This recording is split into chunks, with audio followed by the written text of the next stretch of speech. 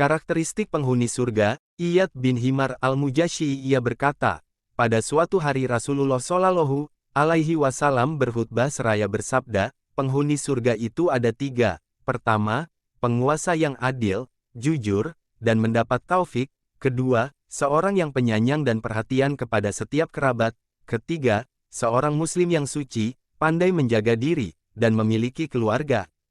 Hadis riwayat Muslim. Dari Ibnu Abbas radhiyallahu anhu ia berkata, Nabi Shallallahu Alaihi Wasallam bersabda, macam-macam umat diperlibatkan ke abdaku, aku melihat seorang nabi beserta sekelompok orang pengikutnya, aku melihat seorang nabi beserta seorang laki-laki pengikutnya, aku melihat seorang nabi tanpa ditemani seorang pengikut pun, kemudian diperlihatkan kepadaku sekelompok orang dengan jumlah yang amat banyak, maka aku berkata, ini adalah umatku. Kemudian dikatakan, ini adalah Musa dan umatnya. Tapi, lihatlah ke atas. Seketika terlihat sekelompok umat dengan jumlah yang amat banyak. Kemudian dikatakan, lihatlah ke arah yang lain. Seketika terlihat sekelompok umat dengan jumlah yang amat banyak. Kemudian dikatakan, ini adalah umatmu. Bersama mereka 70.000 orang masuk ke dalam surga tanpa melalui prosesi hisab dan siksa. Kemudian Nabi Shallallahu Alaihi Wasallam berdiri, lalu masuk, lalu para sahabat berbicara panjang lebar tentang sabda Nabi tadi. Kemudian mereka berkata, siapakah mereka yang masuk surga tanpa melalui prosesi hisab dan siksa? Sebagian mereka berkata, barangkali mereka yang menyertai Nabi Shallallahu Alaihi Wasallam. Sebagian yang lain berkata, barangkali mereka yang dilahirkan dalam keadaan Islam, dia tidak pernah menyekutukan Allah. Mereka menyebutkan banyak hal. Kemudian Nabi Shallallahu Alaihi Wasallam keluar kembali dari kamar beliau, menemui mereka, lalu beliau berkata, apa yang kalian perbincangkan? Mereka pun memberitahukan kepada beliau tentang apa yang mereka perbincangkan antar mereka. Lalu beliau bersabda, mereka adalah orang-orang yang tidak berobat dengan menggunakan kai, tidak minta diruqyah, ruqyah yang tidak syar'i, tidak bertatayur, pesimis karena melihat pertanda buruk, dan hanya kepada Allah mereka bertawakal. Kemudian, Uqasyah bin Mishan al-Asadi berdiri seraya berkata, apakah saya termasuk bagian dari mereka, wahai Rasulullah? Beliau Shallallahu Alaihi Wasallam bersabda, kamu adalah termasuk bagian dari mereka. Lalu sebagian sahabat yang lain, Sa'ad bin Ubadah, berkata, apakah saya bagian dari mereka, wahai Rasulullah? Rasulullah Shallallahu Alaihi Wasallam bersabda, kamu telah didahului oleh Uqasyah. Hadis riwayat Al-Bukhari dan Muslim. Berkaitan dengan maksud tawakal di dalam hadis di atas, Ibnul Qayyim rahimahullah berkata, tawakal adalah kondisi hati yang timbul atas pengetahuannya terhadap Allah Subhanahu wa Ta'ala, percaya bahwa Allah Subhanahu wa Ta'ala sendirian dalam mencipta, mengatur, menghilangkan madarat, mendatangkan manfaat, memberi, memboikot pemberian, dan apa yang Dia kehendaki bisa terwujud meskipun manusia tidak menghendakinya, sedangkan apa yang tidak dikehendakinya tidak terwujud meskipun manusia menghendakinya.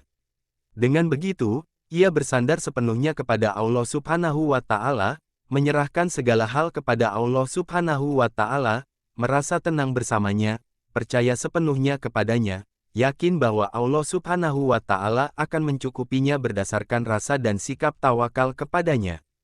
Allah Subhanahu wa Ta'ala yang memenuhi kebutuhan orang yang tawakal itu, tidak ada sesuatu yang terjadi di luar kehendaknya, baik manusia menginginkannya maupun menolaknya.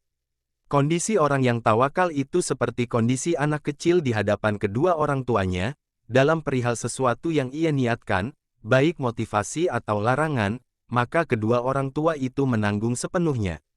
Perhatikanlah hati anak itu tidak pernah terbesit untuk bersandar kepada selain kedua orang tuanya, dan menahan hasratnya untuk menyampaikan apa yang ia niatkan kepada kedua orang tuanya. Begitu juga kondisi orang yang tawakal. Barang siapa yang memiliki sikap seperti itu dalam berinteraksi dengan Allah Subhanahu wa Ta'ala, maka Allah Subhanahu wa Ta'ala pasti mencukupinya. Allah Subhanahu wa Ta'ala berfirman, dan barang siapa yang bertawakal kepada Allah niscaya Allah akan mencukupkan keperluannya. Surat At-Talaq 3. Dari Sahal bin Sa'ad ia berkata, Rasulullah Shallallahu Alaihi Wasallam bersabda, barang siapa yang menjamin, menjaga, lisan dan kemaluannya, maka aku menjaminnya untuk masuk jannah. Hadis riwayat Al-Bukhari dan Muslim. Dari Abu Hurairah ia berkata, Rasulullah Shallallahu Alaihi Wasallam bersabda, barang siapa yang oleh Allah dijaga dari kejelekan lisan dan kemaluannya, maka ia akan masuk jannah. Dari Mu'az bin Jabal ia berkata, aku pernah bersama Nabi Shallallahu Alaihi Wasallam dalam suatu perjalanan. Pada suatu pagi aku berada di dekat Nabi, sementara kami sedang berjalan kaki. Lalu aku bertanya, wahai Rasulullah, beritahulah saya tentang pekerjaan yang bisa memasukkan saya ke surga dan menjauhkan saya dari neraka. Beliau bersabda, kamu telah bertanya kepadaku tentang sesuatu yang agung. Sungguh sedikit orang yang dimudahkan oleh Allah untuk bertanya tentang hal itu. Amal itu adalah, kamu menyembah Allah tanpa menyekutukannya dengan apapun, melaksanakan salat, menunaikan zakat, siyam pada bulan Ramadan, berhaji ke Baitullah. Kemudian beliau bersabda, maukah kamu jika aku memberitahumu tentang pintu-pintu kebaikan? Siyam itu adalah perisai, sedangkan sedekah dapat menghapus dosa, sebagaimana air dapat memadamkan api, serta salat seseorang pada kesunyian malam, qiyamul lail. Kemudian beliau membaca firman Allah Ta'ala, lambung mereka jauh dari tempat tidurnya, sedang mereka berdoa kepada Rabb-nya dengan rasa takut dan harap, dan mereka menafkahkan sebagian dari rezeki yang kami berikan kepada mereka. Seorang pun tidak mengetahui apa yang disembunyikan untuk mereka, yaitu bermacam-macam nikmat, yang menyedapkan pandangan mata sebagai balasan terhadap apa yang telah mereka kerjakan. Surat As-Sajdah, 16-17.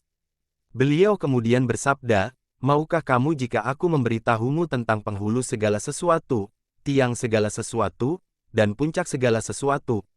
Aku berkata, dengan senang hati, wahai Rasulullah, pokok segala urusan adalah Islam, pilarnya adalah salat, dan puncaknya adalah jihad. Beliau bersabda, maukah kamu jika aku memberitahumu raja dari seluruh itu? Aku berkata, dengan senang hati, wahai Nabi Allah. Kemudian Rasulullah memegang mulut Mu'az seraya bersabda, jagalah, tahanlah mulutmu seperti ini. Aku berkata, wahai Nabi Allah, apakah kami akan disiksa karena kata-kata yang kami ucapkan? Beliau Shallallahu Alaihi Wasallam bersabda, ibumu merasa kehilangan kamu, celakalah, wahai Mu'az. Tidaklah manusia dicebloskan ke dalam neraka dengan diseret di atas wajah atau dahinya kecuali disebabkan oleh kata-kata yang diucapkan oleh mulut mereka.